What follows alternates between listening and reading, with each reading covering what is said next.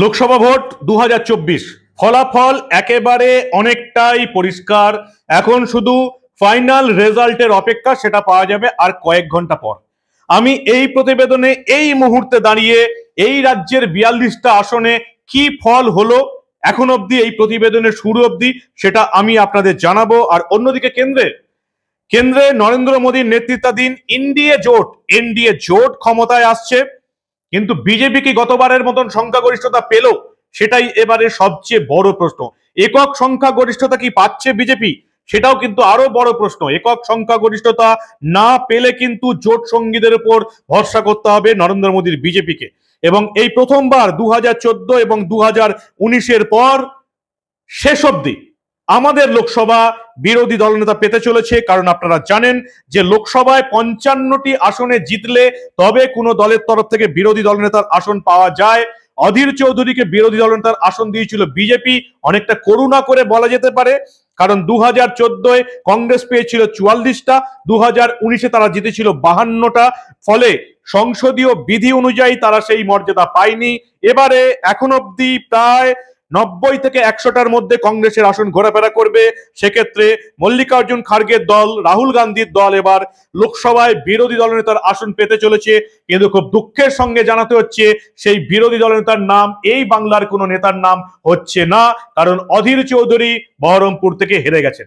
বাংলার কি রেজাল্ট, দেশের কি রেজাল্ট, সবটা শোনাবো এই গুরুত্বপূর্ণ প্রতিবেদন শেষ অবধি দেখুন। আমি মানব, তা নিউজ বাংলায় আপনাদের স্বাগত জানাচ্ছি।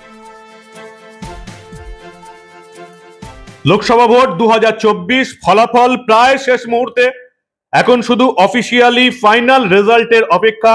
বিভিন্ন জায়গায় গণনা এখনো চলছে, শেষ হয়নি। জয়ী প্রার্থীদের নাম এক এক করে ঘোষণা হচ্ছে। এখন অবধি যেটা শেষ খবর, বিজেপি জিততে চলেছে একা 241টা আসনে বা এগিয়ে আছে। এবং আপনারা জানেন সংখ্যাগরিষ্ঠতা হতে গেলে কিন্তু 272 আসন পেতে হবে, যেটা গতবারে পেয়েছিল বিজেপি। এবারে নরেন্দ্র মোদীর বিজেপি কিন্তু কোনো রকমেই একক সংখ্যা গরিষ্ঠতা পাচ্ছে না। গণনা আরো বেশ কিছুটা বাকি, ফাইনাল রেজাল্টের অপেক্ষা। কিন্তু এখন অবধি যেটা ট্রেন্ড চলে আসছে বেশ কয়েক ঘন্টা ধরে, দেখা যাচ্ছে বিজেপির আসন 240, 41, 42 ঠিক এর মধ্যেই ঘোরাফেরা করছে। অতএব 272 অব্দি বিজেপি যে পৌঁছতে পারছে না, সেটা আর বলার অপেক্ষা রাখে না। ফলে বিজেপিকে কিন্তু এবার অন্য দলের উপর নির্ভর করতে হবে। এনডিএ প্রায় 300-র কাছাকাছি আসন পাচ্ছে, যেটুকু শেষ মুহূর্তের হিসেব। এনডিএ ওই 300, 305, 310, ওই 300 থেকে 310-এর মধ্যে ঘোরাফেরা করছে। অর্থাৎ কেন্দ্রে সরকার করার জন্য কিন্তু নরেন্দ্র মোদীর বিজেপিকে নির্ভর করতে হবে এনডিএর দুই শরিক দল, চন্দ্রবাবু নাইডুর তেলুগু দেশম পার্টি, যারা এবার অন্ধ্রপ্রদেশে ক্ষমতায় এসছে, যাদের সঙ্গে বিজেপির জোট আছে। অন্ধ্রপ্রদেশে ক্ষমতায় এসছে চন্দ্রবাবুর তেলুগু দেশম পার্টি টিডিপি, এবং অপেক্ষা করতে হবে নীতিশ কুমারের জেডিইউ। আপনারা জানেন বিহার এবং চন্দ্রবাবু নাইডু, এই বিহারের নীতিশ কুমার এবং চন্দ্রবাবু নাইডু দলের উপর নির্ভর করতে হবে মোদীর বিজেপিকে, কারণ তারা একক সংখ্যাগরিষ্ঠতা পাচ্ছে না। অন্যদিকে 14 এবং 2019-এর পর এবার মনে হচ্ছে সম্ভবত সেঞ্চুরি করতে চলেছে কংগ্রেস। এখন অবধি যেটা নির্বাচন কমিশনের অফিসিয়াল হিসেব, তাতে 99টা আসনে এগিয়ে আছে বা জিতেছে কংগ্রেস। একটি আসন পেলে তারা 100টা আসনে জিততে চলেছে। ফলে এই প্রথমবার অফিসিয়ালি কংগ্রেস বিরোধী দলনেতার আসন পাবে। এই হচ্ছে এখন অবধি অবস্থা। 240 থেকে 41 বিজেপি জিতছে, 99 থেকে 100 জিতছে কংগ্রেস, এবং বাকি 3-এর ঘরে আছে ডিএমকে, তৃণমূল কংগ্রেস, সমাজবাদী পার্টি, এরা আছে। কোন রকমে এনডিএ কিন্তু 300 বা 310-এর কাছাকাছি থাকছে। আবকিবার 400 পার তো হচ্ছেই না। বিজেপি একক সংখ্যাগরিষ্ঠতা পাচ্ছে না। দেশের খবর এই পর্যন্ত। মোদী সরকার ক্ষমতায় আসছে, কিন্তু বিজেপি একক সংখ্যাগরিষ্ঠতা পাচ্ছে না। এনডিএ শরিক দলগুলোর উপর ভরসা করতে হবে নরেন্দ্র মোদীর বিজেপিকে। এবার দেখে নিই আমরা বাংলার 42টা আসনে এই মুহূর্তের কি খবর। এখন অব্দি যা ট্রেন্ড চলছিল, সেই ট্রেন্ডই বর্তমান আছে। 42টা আসনের মধ্যে তৃণমূল জিতেছে বা জিততে চলেছে 29টা আসন, বিজেপি জিতেছে বা জিততে চলেছে 12টি আসন, কংগ্রেস একটি আসনে এগিয়ে আছে বা জিততে চলেছে। একেবারে প্রথম থেকে আপনাদের বলি, কোচবিহার এখন অব্দি যেটুকু লাস্ট নির্বাচন কমিশনের ওয়েবসাইট অনুযায়ী যেটা খবর, কোচবিহারে কিন্তু জগদীশ চন্দ্র বসুনিয়া ৩৯,৫২৭ ভোটে এগিয়ে আছেন। এই প্রতিবেদন যখন করছি তখনই খবর এসছে যে কেন্দ্রীয় স্বরাষ্ট্র প্রতিমন্ত্রী নিশীথ প্রামাণিক হেরে গেছেন। এই আসনে জিতেছেন কোচবিহারের তৃণমূল কংগ্রেস প্রার্থী জগদীশ চন্দ্র বসুনিয়া। ইন্দ্রপতন বলা যেতে পারে। নিশীথ প্রামাণিক কেন্দ্রের মন্ত্রী ছিলেন, স্বরাষ্ট্র প্রতিমন্ত্রী, অমিত শাহের ডেপুটি, এবার কিন্তু হেরে গেলেন কোচবিহার থেকে। ফলে পুরো উত্তরবঙ্গে বিজেপির যেটা একটা বারবারন্ত ছিল, একমাত্র কোচবিহারে কিন্তু নিশীথ প্রামাণিক হেরে গেলেন। আলিপুরদুয়ারে কিন্তু বিজেপির মনোজ তিগ্গা জিতেছেন 64,738 ভোটে, এখন অব্দি এগিয়ে আছেন, এখনো অফিসিয়াল ডিক্লারেশন হয়নি। জলপাইগুড়িতে জয়ন্ত কুমার রায় 85,000-এরও বেশি ভোটে এগিয়ে আছেন, অফিসিয়াল ডিক্লেয়ার যে কোনো মুহূর্তে হবে। দার্জিলিং এ রাজু বিস্তা প্রায় জিতে গেছেন, অফিসিয়াল ঘোষণার অপেক্ষা, 1,35,000-এরও বেশি ভোটে এগিয়ে আছেন। রায়গঞ্জে বিজেপির কার্তিক পাল 38,339 ভোটে এগিয়ে আছেন, যে কোনো মুহূর্তে তাকে জয়ী ঘোষণা করা হবে। বালুরঘাটে হাড্ডাহাড্ডি লড়াই চললো সারাদিন। তৃণমূলের বিপ্লব মিত্র কখনো এগিয়েছিলেন প্রথম দিকে অনেকটা সময়, তারপরে সুকান্ত মজুমদার বিজেপি রাজ্য সভাপতি এগোতে শুরু করেছেন। শেষ খবর পাওয়া অব্দি সুকান্ত মজুমদার প্রায় 16,000 ভোটে লিড করছেন, অফিসিয়াল ডিক্লারেশন এখনো হয়নি, কিন্তু আমাদের ওখানকার রিপোর্টাররা যেটা বলছেন যে মনে হচ্ছে হাড্ডাহাড্ডি লড়াইয়ের পর সুকান্ত মজুমদার বিজেপি রাজ্য সভাপতি ওখানে জিতে যাবেন। এখনো ফাইনাল ঘোষণা হয়নি, কিন্তু বালুরঘাটে সারা দিন ধরে দুই হেভিওয়েট ক্যান্ডিডেট, তৃণমূলের বিপ্লব মিত্র, বিজেপির সুকান্ত মজুমদারের হাড্ডাহাড্ডি লড়াই চলেছে প্রতিটা রাউন্ডে। শেষ খবর, সুকান্ত মজুমদার 16,000-এরও বেশি ভোটে এগিয়ে রয়েছেন। মালদা উত্তর খগেন মুর্মু জিতে গেছেন, শেষ খবর অবধি প্রায় 83,000 ভোটে এগিয়েছিলেন। মালদা দক্ষিণ একটি সিটে এগিয়ে আছে কংগ্রেস, প্রায় জিততে চলেছেন, ফাইনাল ডিক্লারেশনের অপেক্ষা। মালদা দক্ষিণে ঈশা খান চৌধুরী 1,16,000-এরও বেশি ভোটে এগিয়ে গেছেন, তার জেতার সময়ের অপেক্ষা মাত্র।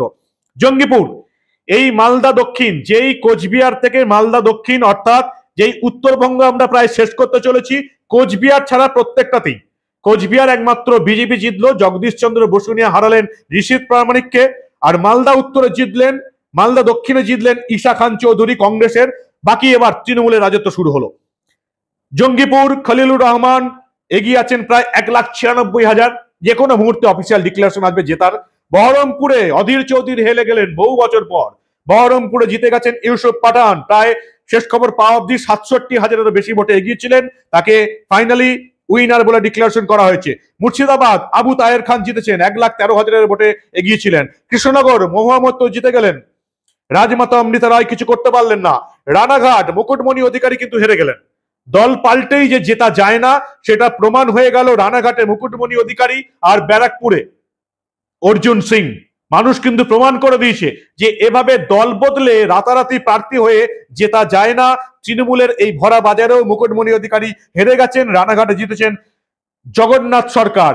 শেষ খবর পাওয়া অব্দি প্রায় 91,000 ভোটের লিড ছিল, তাকে উইনার ডিক্লারেশন করা হয়েছে।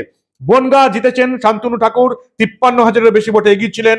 ব্যারাকপুর পার্থ ভৌমিক প্রায় জিতে গেছেন, ডিক্লেয়ার করা হয়ে গেছে, জিতে গেছেন তিনি, 62,000 ভোটে এগিয়েছিলেন। শেষ খবর পাওয়া অব্দি দমদমে সৌগত রায় জেতার মুখে, শেষ খবর পাওয়া অব্দি 44,000 ভোটে এগিয়েছিলেন। বারাসত কাকলি দস্তিদার প্রায় 1,10,000 ভোটে লিড নিয়ে নিয়েছেন, সময়ের অপেক্ষা মাত্র Kakoli Ghosh দস্তিদারকে winning candidate declare করার। বসিরহাট রেখা পাত্র কিছু করতে পারলেন না, কাকলি ঘোষ দস্তিদার জিতেছেন। বসিরহাটে হাজী নুরুল ইসলাম প্রায় 2,67,000 ভোটে শেষ খবর পাওয়া অব্দি এগিয়েছিলেন, যে কোনো সময় তিনি তাকে ডিক্লেয়ার করা হবে উইনার বলে। মথুরাপুর বাপি হালদার জিতলেন, 1,72,000 ভোটের উপর লিড ছিল, শেষ খবর পাওয়া অব্দি এই লিড আরো বাড়ছে। ডায়মন্ড হারবার অভিষেক বন্দ্যোপাধ্যায় গোটা ভারতবর্ষে রেকর্ড করলেন, 7,05,000 মার্জিন।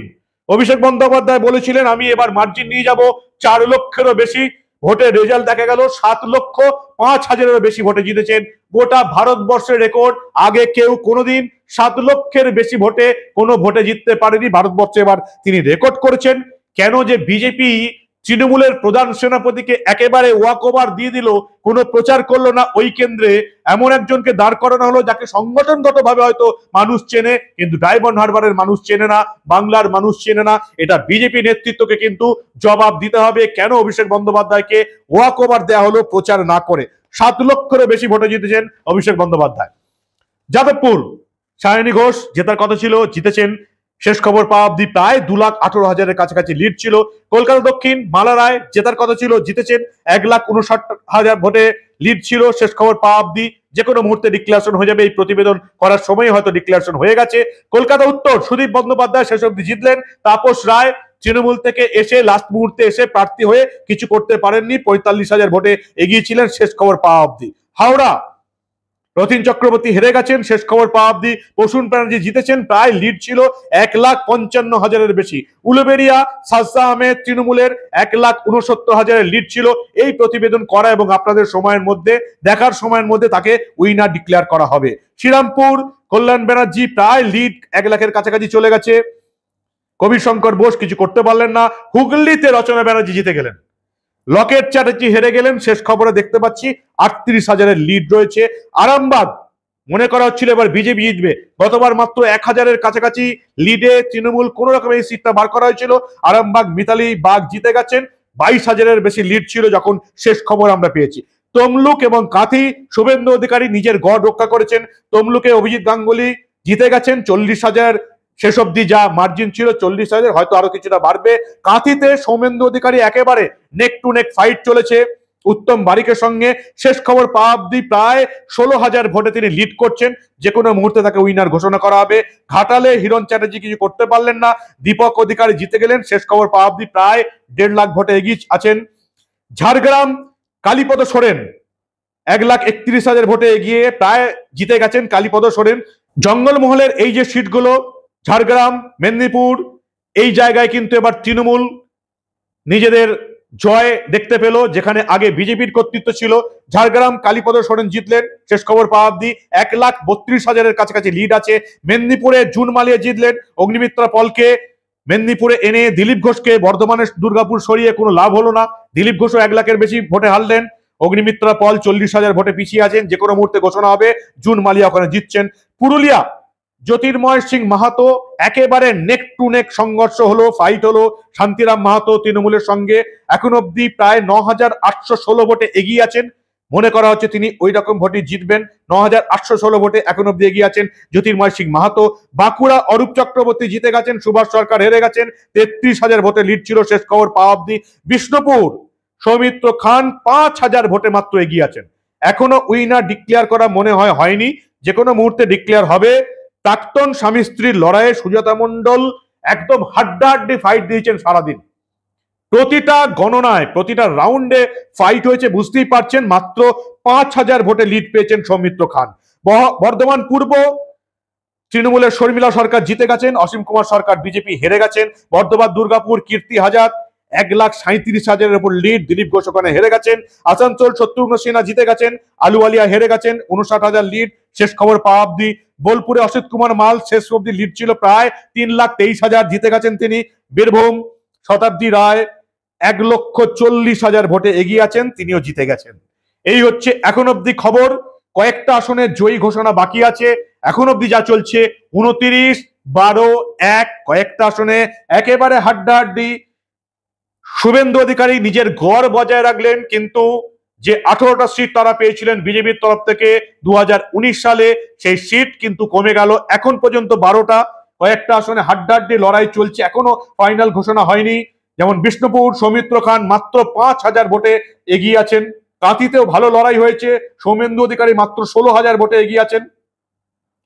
শুভেন্দু অধিকারী গড় রক্ষা করেছে। তমলুক কাঁথি জিতলেও বাকি বাংলায় কিন্তু বিজেপির 6টা আসন কমে গেছে। পিসি ভাইপো অভিষেক বন্দ্যোপাধ্যায়, মমতা বন্দ্যোপাধ্যায় নিজেদের গড় রক্ষা করেছেন। এই চুরি দুর্নীতি এইসব বাজারেও বিজেপি মাত্র 12টা সিট, তৃণমূল 29টা সিট পেয়েছে। বাংলার মানুষ বুঝিয়ে দিয়েছে তারা লক্ষ্মীর ভান্ডারে ভরসা রাখছে। চুরি দুর্নীতি কি হলো তাতে তাদের কিচ্ছু এসে গেল না। শিক্ষকদের চাকরি চুরি গেছে, তাতে তাদের কিচ্ছু এসে যায়নি। গরিবের খাবার চুরি গেছে, খাদ্যমন্ত্রী জেলে, শিক্ষামন্ত্রী জেলে, বাংলার মানুষের কিচ্ছু এসে যায়নি। একা লক্ষ্মীর ভান্ডার 1000 এবং 1200 টাকার লক্ষ্মীর ভান্ডার যে এই বাংলায় কত বড় এফেক্ট করছে সেটা বিজেপির নেতারা বুঝতে পেরেছে। ফলে শুভেন্দু অধিকারী যতই বলুন না কেন ক্ষমতায় এলে 3,000 টাকার লক্ষ্মীর ভান্ডার দেবো, তাতে কিছু হবে না। 2026-এর বিধানসভা ভোটের আগে একেবারে এখানে বিজেপির ম্যানিফেস্টোতে ঘোষণা করতে হবে, প্রধানমন্ত্রী নরেন্দ্র মোদীকে ঘোষণা করতে হবে যে বাংলায় যদি ক্ষমতায় আসি তার পরের দিন থেকে এই বাংলার মহিলারা 3000 টাকা লক্ষ্মীর ভান্ডার পাবে, তবেই একমাত্র জেতার চান্স থাকবে। না হলে কোনো দুর্নীতি এই বাংলার মানুষকে কোনো এফেক্ট করবে না, সেটা এবারের ভোটে আবার প্রমাণিত। বিজেপি নেতাদের শিক্ষা হলো যে সোশ্যাল মিডিয়ায় রাজনীতি করা যায় না। সোশ্যাল মিডিয়া, ইউটিউব, ফেসবুক সাংবাদিকদের জন্য থাকুক, রাজনীতিবিদদের প্রতিটা বুথে লড়তে হবে। বুথ যদি শক্তিশালী না হয় তাহলে এই বাংলায় তৃণমূলকে বিজেপি কোনোদিন হটাতে পারবে না, সেটা বিজেপি নেতাদের আরো একবার বুঝিয়ে দিল এই বাংলার মানুষ। আপনারা কি বলেন? আপনাদের মূল্যবান এবং গুরুত্বপূর্ণ মতামত জানান দা নিউজ বাংলার কমেন্ট সেকশনে। আর দেখতে থাকুন দা নিউজ বাংলা। লোকসভা ভোটের কোনো খবর আমরা চেপে রাখতে দেব না।